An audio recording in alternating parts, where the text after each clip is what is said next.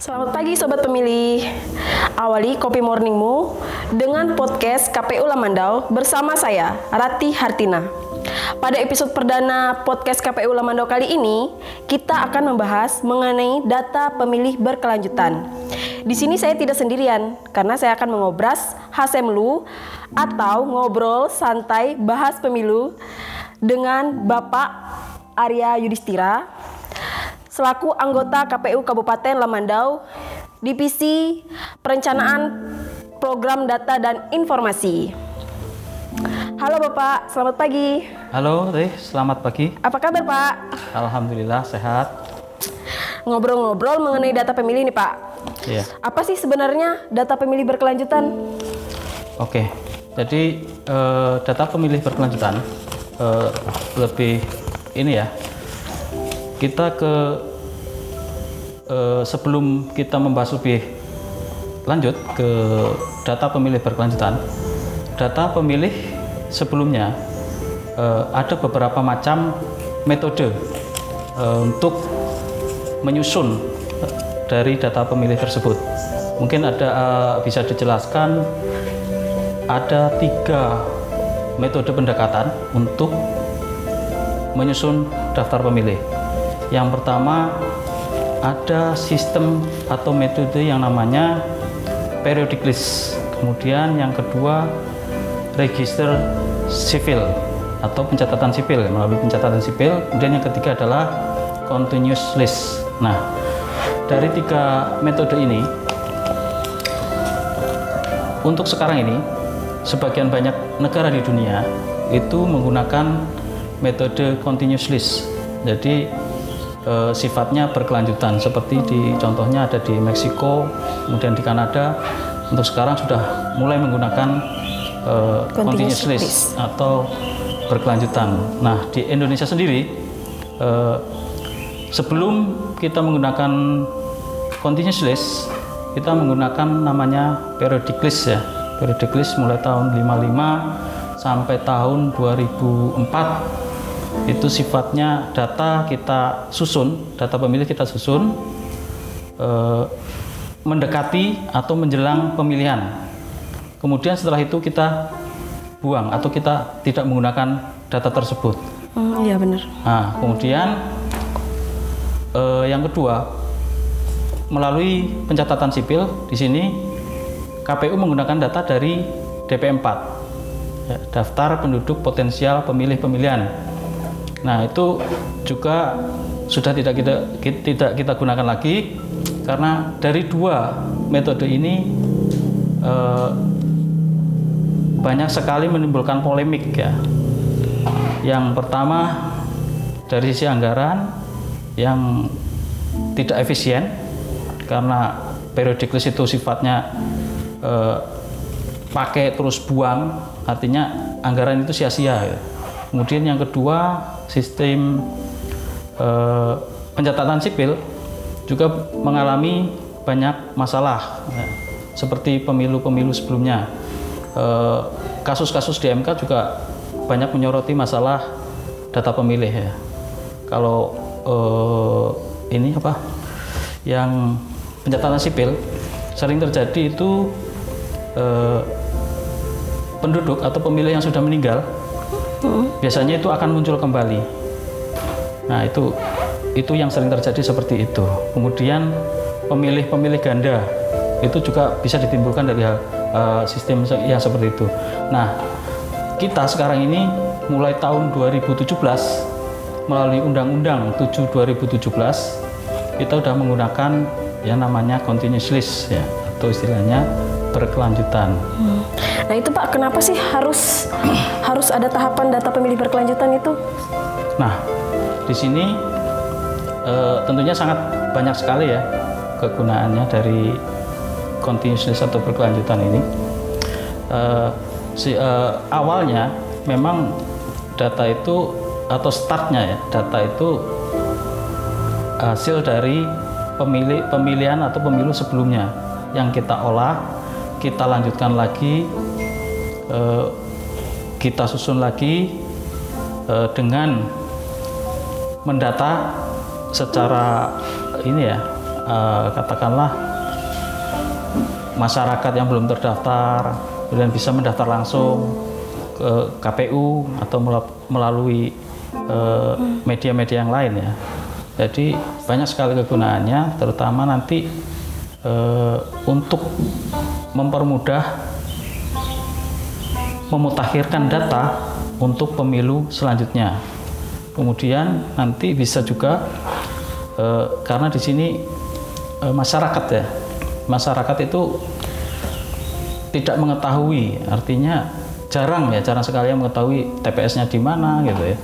Ini nanti bisa dipantau sendiri dan itu akan terus-menerus dapat terpantau. Ketika dia berpindah itu pun bisa terpantau. Ketika dia melaporkan untuk pindah domisili misalnya antar kecamatan, dia bisa terpantau ketika melaporkan sekarang TPS 1 misalnya, nanti pindah di desa A, nanti pindah ke desa B atau kecamatan yang lain, itu bisa terpantau secara langsung. Kemudian di sistem atau metode continuous list ini TPS yang dulunya itu kita TPS itu sering berubah-ubah, terutama daftar pemilih dalam TPS tersebut itu sering berubah, berpindah ke sana, berpindah ke sini ya. Untuk yang sekarang ini memakai continuous list ini atau berkelanjutan ini, TPS-nya itu isinya nanti akan tetap orang-orang yang ada di situ dan tidak akan dipindahkan gitu ya, kecuali memang ada keadaan-keadaan tertentu yang menyebabkan hal itu. Misalnya kayak kemarin itu waktu kita awal-awal pandemi yang seharusnya jumlah dalam satu TPS itu 800 ya, ternyata ada penyesuaian dan itu akhirnya dipecah lagi TPS-nya yang berjumlah menjadi 500. Nah itu kan penyesuaian seperti itu adalah keadaan-keadaan yang tidak bisa kita hindari, mungkin seperti itu. Nah Pak, kalau misalnya yang harus diupdate di data pemilih itu apa aja sih? Oh ya, nah ini dalam pemutakhiran berkelanjutan memang ada hal-hal yang perlu kita update di sini. Ada 3 hal mungkin ya yang bisa saya sampaikan. Pertama itu pemilih pemula atau baru, kemudian pemilih yang tidak memenuhi syarat, kemudian pemilih yang mengalami perubahan data. Bisa dijelaskan nggak Pak, pemilih pemula itu mungkin kan bagi masyarakat tuh belum tahu apa itu pemilih pemula gitu. Iya, jadi pemilih pemula artinya sini adalah pemilih yang baru menginjak usia 17 tahun dan pertama kali memilih, itu yang pertama. Kemudian satu lagi itu ada pensiunan TNI Polri. Ya, pensiunan TNI Polri itu kan dia suatu waktu bisa mendaftar menjadi TNI Polri itu sebelum dia pernah mencoblos. Nah, kemudian setelah pensiun baru dia bisa mencoblos, itu namanya pemilih pemula. Terus Pak, gimana sih caranya untuk masyarakat yang ingin misalnya mengupdate datanya di data pemilih ini? Oh ya, jadi sebelum ke situ ya, tadi beberapa hal tadi ya, saya belum selesai. Jadi ada pemilih pemula tadi ya? Iya, pemilih pemula, pemilih baru. Kemudian TMS nih ya. TMS, nah, ya? TMS ini kita belum sampaikan lagi tadi ya. TMS ini ada beberapa macam kategorinya.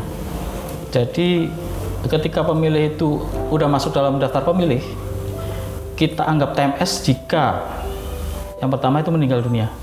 Nah, itu pasti ya. Iya. Yang kedua pindah domisili. Ya, kemudian yang ketiga bisa juga dia bukan penduduk. Nah, setelah kita ketahui ternyata dia masuk dalam DPT tapi dia bukan penduduk. Nah, itu kita coret. Kemudian yang ketiga tadi ya perubahan ya. Perubahan data pemilih ya, itu ada di daftar pemilih itu ada namanya elemen data ya. Mulai dari NKK, NIK, nama, tempat tanggal lahir, alamat, jenis kelamin, status nikah ya. Itu semua masuk ya dalam elemen data ya. Nah, itu jika pindah domisili itu elemen datanya akan berubah ya, seperti elemen data berupa desa atau kecamatan atau kabupaten, provinsi ya. Kemudian nikah juga elemen datanya berubah pasti. Mulai dari NKK itu berubah, kemudian status kawin itu berubah. Nah, mungkin seperti itu. Berarti kalau misalnya dia pindah domisili, ada perubahan data antar desa atau antar kecamatan itu, berarti dia bukan itu ya namanya, bukan ubah data ya, tapi pindah domisili. Betul, pindah domisili yang disertai dengan perubahan data kan. Dikategorikan juga pemilih baru di tempat lain. Di tempat lain. Oh ya. Oke, tadi menjawab apa tadi ya? Saya lupa. Pertanyaan berikutnya. Cara masyarakat yang ingin mengupdate data pemilihnya. Oke, jadi untuk sekarang ini untuk merubah data atau update data ataupun mendaftarkan untuk menjadi pemilih bisa mendatangi langsung kantor KPU Kabupaten Lamando di Jalan Fatmawati ya, nomor 84 ya. Atau bisa melalui website ya. Website kita udah ada. Tinggal di website itu nanti ada mengisi formulir ya. Formulir itu sudah disediakan. Itu bisa dikirim langsung nanti melalui website. Juga ada pakai atau bisa langsung kontak person ya. Kontak person person kan udah tercantum juga di website maupun medsos KPU. kita ya. KPU Lamando. Seperti itu. Nah, mungkin itu saja Pak. Sebelum kita akhiri Ngobras Hasemlu hari ini, adakah pesan Bapak untuk masyarakat Kabupaten Lamandau? Iya, oke.